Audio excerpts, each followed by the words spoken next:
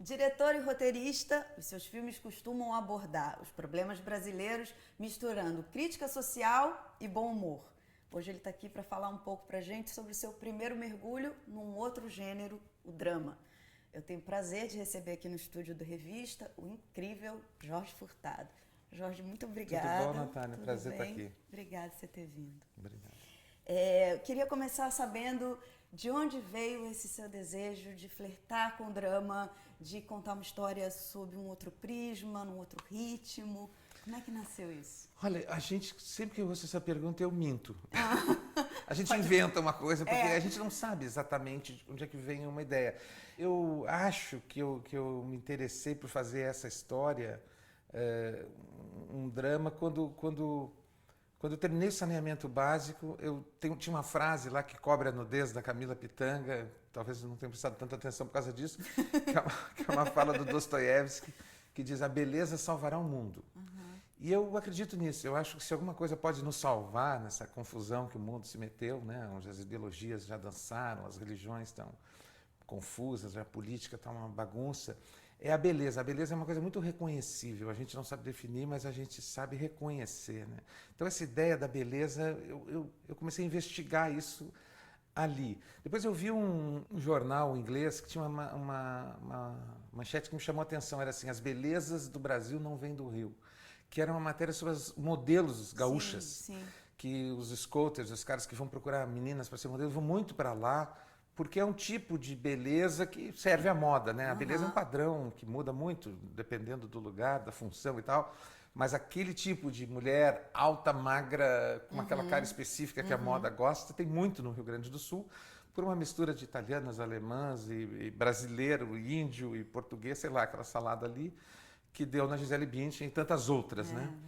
Depois, pensando na própria Gisele, tu fica pensando assim: ela tem uma irmã gêmea. É verdade. Ela tem uma irmã gêmea, só que ela tem 1 bilhão, a irmã gêmea não dão nem R$10 para ela, não sei por quê, né? Que diferença tão sutil é essa que vale $1 bilhão, né? Então, essa questão da beleza, ela é muito interessante, assim. Eu comecei a pensar sobre ela. Os gregos e depois os renascentistas achavam que ela era uma coisa matemática, que ela tinha uma proporção áurea, que a beleza é isso aqui, né? E depois cada época, cada país tem o seu padrão de beleza, né? Então vou investigar essa questão da beleza. E comecei a fazer o personagem que o Vladimir fez, que é o João, que é um cara que busca beleza. O filme começa, vou contar só o começo, o fim não, mas o filme começa com uma cena que eu vivi. Eu fazia publicidade nos anos 80, quer dizer, não exatamente aquilo, mas enfim. E eu estava fazendo um comercial de água mineral. Tinha-se 3 modelos lindas num colchão d'água, com aquelas coisas de publicidade, com luz por trás e não sei o que, não sei o que. E eu estava olhando aquilo assim, muito embevecido e tal. E o fotógrafo entrou, meu amigo, Sérgio Amon, ele entrou e disse assim: isso está horrível. Eu levei uns... Como assim? O que tem de horrível nisso? Como é que alguém pode achar isso horrível, né? Aquela coisa de fotógrafo, né? Horrível era um contraluz, um pouco mais para cá, mais para lá. Depois ele ficou achando lindo, mas... E aí eu disse: por que a gente pode achar horrível uma coisa tão bonita por um detalhe, né? Às vezes. Então, enfim, aí comecei a escrever a história desse personagem, né? E aí a história acabou indo para um drama, porque a história... Pois é, a princípio você não tinha pretensão de fazer um drama. Vou contar essa história e ele foi se configurando dessa forma. Ela foi ficando um drama. E também por um negócio que eu li de um artista plástico espanhol, que ele disse o seguinte: o artista deve fazer aquilo que não sabe. Eu achei interessante isso. Incrível. Realmente a gente deve fazer uma coisa que tu não sabe fazer, porque o maior risco que a gente tem é imitar a si mesmo, né? Quando tu começa assim: já gostaram disso? Sim, vou esse fazer caminho mais está mais disso, confortável, né? Então, de alguma forma. Isso é um negócio que eu não tenho a menor ideia, assim, como é que se faz, né? E foi um desafio para mim total, assim, porque eu estou muito acostumado a fazer a comédia, onde a ação e a palavra determinam muito a cena. A cena começa quando diz tal, senta ali, levanta, fala isso e acabou a cena. Às vezes no drama o silêncio é muito eloquente, né? Assim, as pessoas não falam as coisas, elas pensam, elas olham uma para a outra. Então, por exemplo, tem uma cena no filme que a Adriana Esteves, o Vladimir Brista, o Francisco Coco e a Vitória Estrada, os 4 personagens principais, eles vão jantar e tinha acabado de ter um acontecimento assim, na história, e eles não falam nada. Eles só se olham, comem e se olham. Assim, quando é que essa cena termina? Quando é que ela começa. Então, é bem diferente realmente o drama. E muita coisa está sendo dita também, né? Às vezes sem a palavra, tu né? fica imaginando assim, o que ela está pensando agora. Você dá um espaço de reflexão para o espectador também, Exatamente. né? Eu cheguei eu meio que aprendi isso, assim, que no drama o cara tem que fazer uma parte Chama da mais história, do né? A público, parte da história né? de tu que tá imaginando que ela está pensando isso. Ela não, sei lá se ela está imaginando. Ele fica um pouco mais aberto, talvez, né? Exato. E tem um julgamento diferente também. Agora eu fui para o Festival do Ceará e assim eu disse, olha, quando eu ia para as estreias do Saneamento, do Dois Verões, enfim, tem um julgamento imediato a comédia. As pessoas riam ou não riam, né? Sim. Então, às vezes, morreram de rir, mas não gostaram. Isso não existe, né? E no drama tu não sabe como é que é a reação do público. Quer dizer, tu acaba intuindo assim, pelos silêncios e tal, como é que tá batendo o filme. Às vezes as lágrimas, né? Mas às vezes tá para além das lágrimas não, eu também, sentado, né? umas Mas pessoas ouviu? atrás de mim e disse, ai meu Deus, e agora? Falando. Muito bom. Ai meu Deus, que absurdo, comentando assim. E foi muito interessante a sessão. Agora, num momento em que o cinema brasileiro está se colocando assim fortemente com as comédias, os filmes de arte também, por um outro lado, você vem na contramão também. Você lança um documentário e um drama, assim. É um espaço que você está realmente tentando investigar no seu trabalho. O documentário Mercado de Notícias, que foi um filme que eu lancei o ano passado, ele já é outra história, assim, porque eu fiz jornalismo, fiz faculdade de jornalismo, porque era a coisa mais perto do cinema que tinha na época. Nunca me formei, mas nunca deixei o jornalismo totalmente. Eu escrevo muito sobre política e gosto de escrever sobre a vida brasileira e tal. E acompanho muito os jornais, né? E comecei a ficar muito triste com o que estava acontecendo com a imprensa. Assim, a imprensa brasileira, desde que o Lula tomou o poder em 2002, ela passou a ser muito um partido de oposição. Ela deixou de exercer, muitas vezes, o jornalismo para fazer oposição diretamente. A imprensa tem que fazer oposição. O Milor disse isso, na imprensa é oposição, resta armazém de secos molhados. Mas o Milor disse isso no meio de uma ditadura, né? Então, assim, a imprensa sempre foi governista, a imprensa brasileira, né? Ela apoiou a ditadura, muito o golpe, depois apoiou todos os presidentes, muito, fez pouca oposição. E, de repente, quando houve uma mudança, ela passou a ser muito oposição, né? E aí o jornal começou a fazer pouco sentido para mim. Eu vi muita gente dizendo ali com Facebook, Twitters e tais, que não precisava ter mais jornalista. Não, todo mundo é jornalista hoje. Eu pensei exatamente o oposto. Agora sim, a gente agora precisava ter uma voz um pouco mais... Sim. Porque qualquer um diz qualquer besteira, né? Sim. E acha que aquilo... Sim. Essa semana eu li uma incrível de um médium que psicografou uma carta sobre o futebol brasileiro, uma carta feita pelo Zagallo. Eu vi isso. O Zagallo morreu, ninguém esqueceu. Sensacional. Esqueceram de dizer por causa... O Zagallo está vivo. E aquilo rodou, assim, achei incrível, que não tem nem para checar nem isso, se o cara morreu ou não. Mas pensando assim nessa relação entre a verdade e o jornalismo, a verdade no cinema, que nível de isenção a gente consegue ao dar uma notícia, ao tratar do real, ao se debruçar sobre o real? Isenção não há. Nenhuma, né? Isenção total não há. A gente sempre tem um viés, tu pensa o mundo de um jeito e acaba impondo esse viés que tu tem a respeito. Mas você acha que isso é diferente na abordagem jornalística e no documentário, por exemplo, ou o documentário seria uma extensão desse trabalho jornalístico também? O documentário, eu levei muito tempo para entender o que era um documentário, porque depois eu descobri que era uma teoria já... Esse problema de ser autodidata leva horas para aprender uma coisa que todo mundo já sabe. Mas, enfim, o documentário é aquele filme que o diretor diz que é um documentário.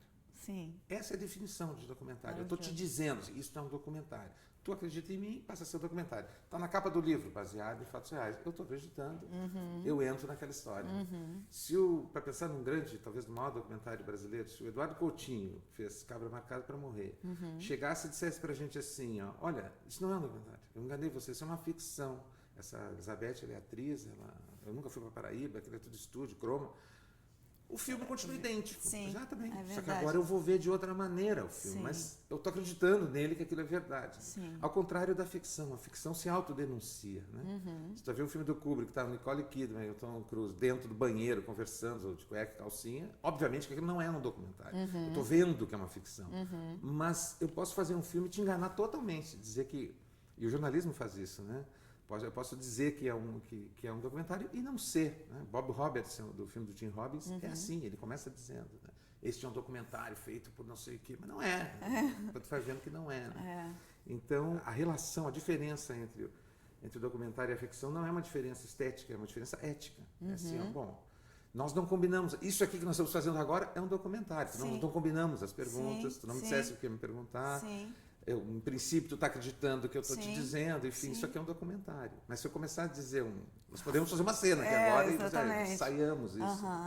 E essa sua pesquisa do documentário, ela já vem de uma reflexão sua de muito tempo? Sim, eu comecei a fazer o Mercado de Notícias em 2006. Eu comecei a escrever o roteiro, acabei achando uma peça do Ben Jonson. Quando eu fui pesquisar a história da imprensa, eu achei uma peça do Ben Jonson de 1616, chamava O Mercado de Notícias. E eu fiquei muito impressionado, porque o Ben Jonson, que era contemporâneo do Shakespeare, talvez o discípulo maior do Shakespeare, ele intuiu muito rapidamente que a imprensa era um poder novo que estava surgindo, que tinha várias questões ali, né? A imprensa tinha surgido na Inglaterra há 3 anos só.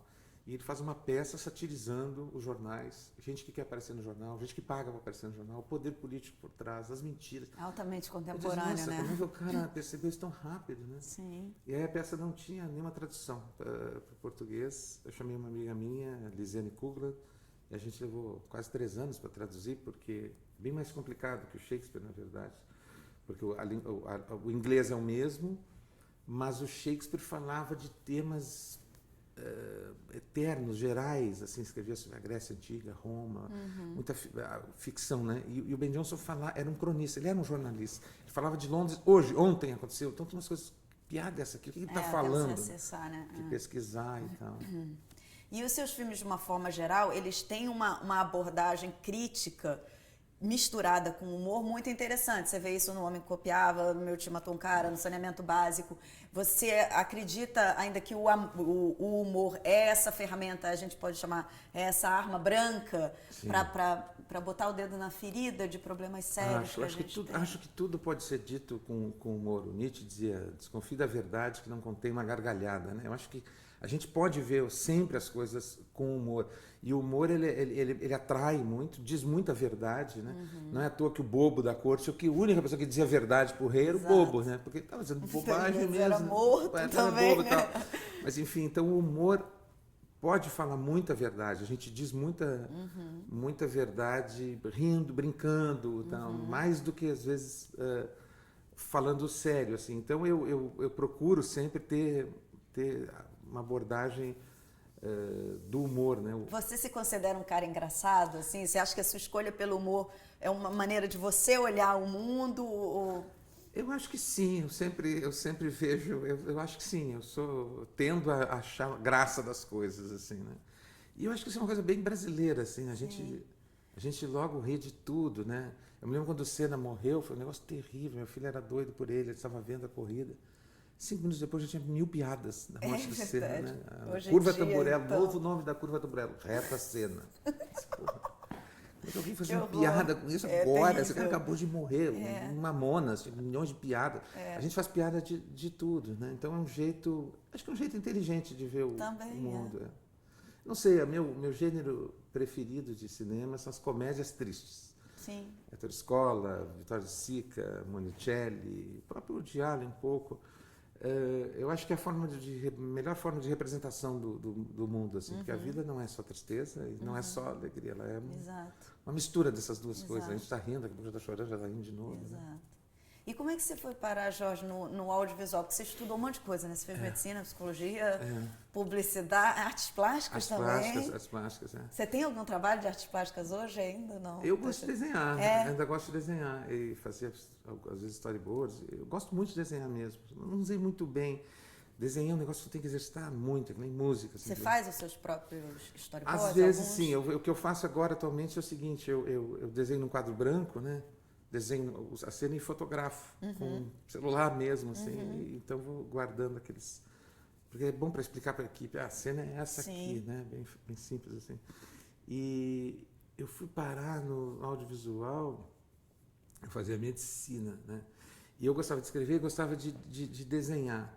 Gostava das duas coisas e achava que eram coisas meio inconciliáveis, assim, 2 mundos, o desenho e a escrita, né?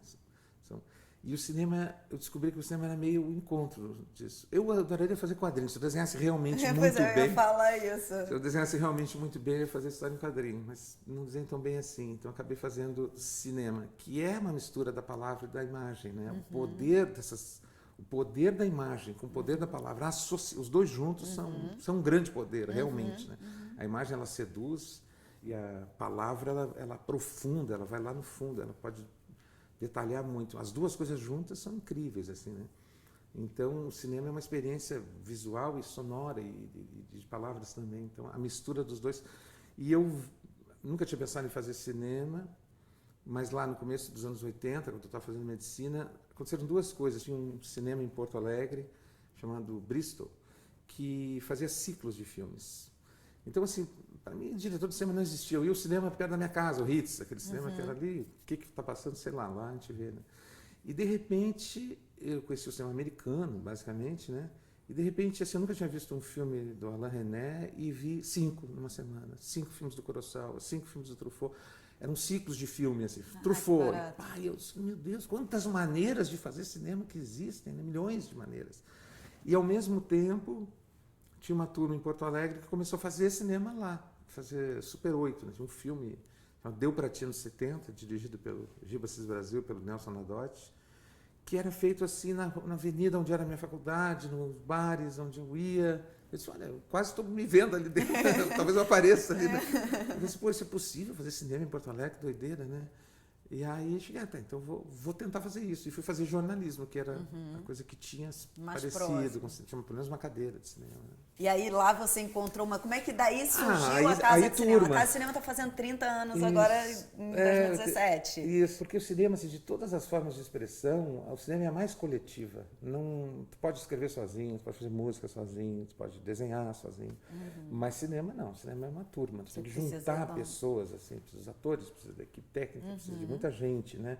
Então, a primeira coisa que quem quer fazer cinema é acha a tua turma, né? Encontra uma turma, né? Exato. Aí na faculdade a gente juntou uma turma na Federal lá de jornalismo e a gente apresentou um projeto para a TV educativa de lá, que era a última TV preto e branco do mundo. Eu digo que eu comecei a TV em preto e branco, porque era a última, só tinha era.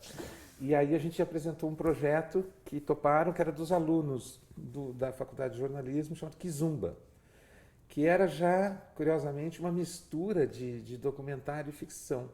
A gente pegava um tema. Essa era a proposta do programa, a gente pegava um tema tipo Maio de 68.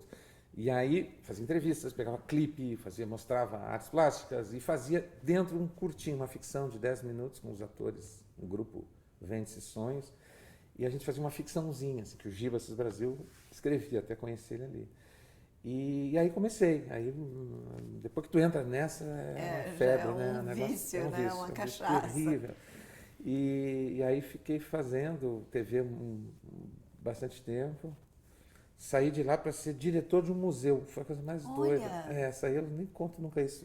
Conta, por favor, conta. Fazer esse programa. E eu usava muito arquivo. A TVE tinha um arquivo da extinta TV Tupi, a Piratini de Porto Alegre. Incrível. E aí eu comecei a usar aquilo para fazer programas e tal. E aí o secretário de Cultura do Estado, Paulo Amorim, ele me convidou para ser diretor do Museu de Comunicação da cidade, Museu Hipólito José da Costa, que era o museu que reunia o acervo de filmes e tal. Que barato. E eu tinha 25 anos.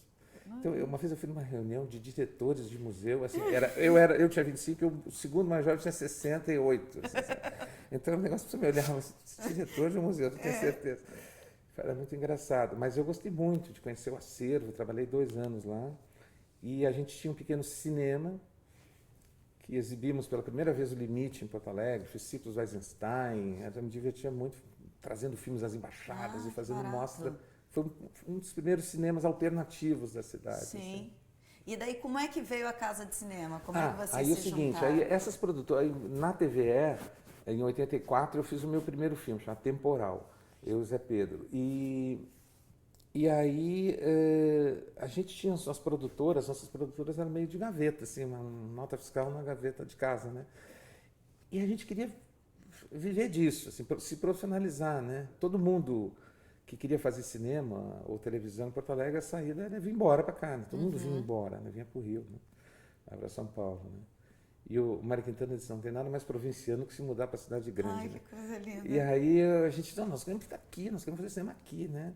Nós não queremos ir embora, nós queremos fazer cinema em Porto Alegre, né? E daí criamos, aí chegou, vamos juntar as produtoras. Que existe alugar uma casa e ter uma secretária e um telefone, né? Pelo menos para ter um endereço, assim, para ter um lugar para ir para o trabalho, né? Pra fazer de conta, né? E a gente criou então a Casa de Cinema, juntamos, eram 13 pessoas, com 4 produtoras diferentes. E o primeiro filme que foi produzido dentro da Casa de Cinema foi o Barbosa, de 88, já foi na estrutura da casa. Mas o primeiro filme onde aparece Casa de Cinema de Porto Alegre é o Ilha das Flores, que é de 89, Sim, né? que é incrível, antológico, eu sou apaixonada por esse Esse curta. filme ele escapou do mundo, assim, já nem sei o que está acontecendo com É ele. maravilhoso. E a Casa de Cinema tem um histórico de curtas também muito bem sucedidos, né? Você falou do Barbosa, tem o Sanduíche, tem o Ilha das Flores, e você continua produzindo Continuo. curta. Qual é o muito. seu interesse no formato, assim, o que ainda te instiga? Eu gosto muito de curta. Eu acho que talvez o cinema seja a única forma de expressão onde o tamanho do negócio faz diferença. Ninguém diz que o Picasso é um pintor melhor que o Paul Klee, porque a Guernica é enorme, é bem grande, né? Esse quadro é ótimo, é enorme, tem 8 metros. Ninguém fala isso de música. A música é muito boa, Eduardo Mônica, tem 8 minutos e meio. Isso não faz sentido nenhum, né? E no cinema as pessoas dizem assim, não, esse filme é curto, mas enfim, mas o Cão da Luz... Eu acho que tem histórias que pedem um formato, né? Exatamente, que pedem cada história tempo. tem um tempo para ser contada, né? Então, se tu pode contar uma história em 10 minutos, para que ele vá encher o saco do espectador, ficar uma hora, né, rolando, né? Conta em 10, né? Dá para contar em 10. Exato. Se pegar uma analogia com a literatura, tem grandes autores, como Jorge Luiz Borges, que não escreveram romance. Escreveram grandes contos, né? Muitos contos. Exato. Mesmo autores que fazem romance, como Rubem Fonseca, por exemplo, os contos talvez sejam mais importantes, mais brilhantes que os romances, talvez, né? Então, a ideia de contar uma história em pouco tempo, curtinha, assim, me interessa muito. Eu gosto e acho que nessa velocidade que o mundo anda, o curta tem mais futuro que o longo. Né? O curta que a gente vê as coisas, tem 10 minutos para ver, mas não tem 2 horas para ver. É verdade, é verdade. Então, fazer curta-metragem também tem uma coisa do descompromisso com o mercado. Assim, ninguém vai sair de casa para ver um curta, né? Então, você não precisa fazer concessões, assim, não, eu preciso gastar, vou gastar 2 milhões, então tem que fazer tal coisa. Fazer uma Curta coisa. não, eu Você fiz um curta... tem uma liberdade maior, talvez? Uma liberdade total. Eu fiz um curta que tem na internet, para quem quiser ver, chama Velázquez e a Teoria Quântica da Gravidade. Vou ver, não vi. Nunca vou convencer um produtor a botar um... Velázquez e a Teoria Quântica da Gravidade. O cara me chuta, bota fora. E eu fiz o filme lá em casa, com os amigos, atores. A gente filmou com essas câmeras assim, em 2 dias. É um formato que também funciona na televisão, né? Como as coisas que você escreve às vezes para o Fantástico, né? Tem uns quadros que de 10 eles minutos, têm a 8 ver minutos. com Exato, a estrutura do curta, né? Eu gosto de contar histórias bem rapidamente, assim. E você, vou fazer uma pergunta bem clichê agora, assim. Você é um cara que tem uma carreira de roteirista enorme, de diretor também. Você tem uma preferência, assim, tem um lugar onde você se sente mais confortável ou mais desafiado, dirigindo, escrevendo? Olha, eu sempre me considerei mais um roteirista que virou diretor para ver o roteiro ser cumprido. Eu quero que o roteiro seja cumprido na tela, então eu vou dirigir, eu vou dirigir. Sempre achei isso. Eu sofria muito para dirigir, assim, eu sempre achava que depois do roteiro só piora. Ai, meu Deus, era tão bom, estava tão seguindo. No meu roteiro não chovia, não tinha essa árvore, o cachorro não latia, não tinha nada disso. Aí na hora lá a realidade se impõe de um jeito que fica... O Paulo José tem uma frase boa, ele diz, o roteiro é a tese, a realidade é a antítese e o filme é a síntese disso, né? Mas, aos poucos, de um tempo para cá, talvez nos últimos 10 anos, eu estou me divertindo mais com a direção, estou começando a gostar mais de dirigir, porque não é verdade que só piora, às vezes melhora muito. Às vezes tu escreve um negócio, mas o ator vai lá e faz uma coisa que tu diz, pô, não tem como escrever, né? O ator que traz, né? A realidade traz, tem uma luz, tem um passarinho, tem um... É o que você falou do grupo, da equipe Exato, que contribui, alguém chega com o negócio e diz, realmente, isso aqui é muito melhor que o roteiro, né? Então eu aprendi mais a relaxar. Mas quem já acompanhou uma filmagem de um longa-metragem sabe que aquilo ali é muito angustiante, assim, Talvez um incêndio numa plataforma de petróleo seja um negócio mais urgente. É tudo muito caro, muito rápido, muita gente, muito fio, muita... É uma responsabilidade muito grande. Eu estava fazendo saneamento básico e tinha uma cena que estavam todos os atores juntos. Tava a Camila Pitanga, o Lázaro, o Wagner, a Fernanda Torres, todos. Era um dia que tinha todo mundo, assim, aquele dia que junta todos. Na filmagem, no mar, na floresta lá. E a gente começou a filmar de manhã, e aí, daqui a pouco, um pouquinho antes do almoço, assim, começou a chover. Começou a pingar, pim, pim. Aquela Desespero chuvinha, de sete chuva, vai né? chover. Vai chover, e todo mundo, o fotógrafo, todo olhando para o céu, aquelas coisinhas para ver a nuvem, telefone para o índio, todas as previsões, índio, não sei das quantas, índio, sei lá qual, e todo mundo vendo se vai chover, se não vai chover. Eu disse, ai meu Deus, e agora tá. Aí, o que a gente faz? Se chover de tarde, acabou, não tem mais nem, todo mundo vai ter que ir embora, acabou, né? E aí, eu disse, o que eu faço com isso? E vai chover, não vai chover? Daí eu disse assim, vou fazer o seguinte, como tinha uma cena, que era o Zico, o personagem do Lázaro, era o diretor, dirigindo. Eu disse, eu vou botar uma cena, escrevi na hora uma cena, que era a Camila fazendo assim, olha, tá começando a chover, né? Ela dizia, tá começando a chover. E agora? Tudo se reuniu em volta do diretor, o Lázaro olhava assim, e dizia assim, já sei, Silene se abriga no velho moinho. E apontava assim, corta, almoço, agora vamos almoçar, agora a gente almoça. Maravilhoso. E se chover, a gente vai pro moinho, todo mundo, e faz a cena que era no mato lá dentro. Maravilhoso. Né? Só que a gente, aí cai um pé d'água daquele, aquela chuvarada, né? E aí tu fica assim comendo e toda, com 50 pessoas te olhando. Te olhando, né? Pressão, né? O que ele vai decidir. Moinho ou floresta? Moinho ou floresta? É. E aí eu disse, ai meu Deus, olhei pro céu, olhei pra tal, tá, vamos pra floresta. E não choveu mais, né? Mas podia, ótimo. Enfim, então a filmagem tem essa coisa do imprevisto, né? E da vantagem também de você ser o diretor roteirista, sim, que na hora faço você na também hora pode ali, muda intervir de uma maneira mais contundente, né? Sim. E vem cá, me conta quais são os seus projetos 2016, o que você está fazendo? Você está com 2 séries na TV. Duas séries que eu escrevi junto com Guel Arraes, com João Falcão também. Uma chama O País do Futuro, que é uma série que se passa nos anos 50, final dos anos 50, o surgimento da televisão, aquele bastidor da criação da TV, né? A transformação do rádio na televisão, que é um drama, série romântica, drama, e 12 episódios.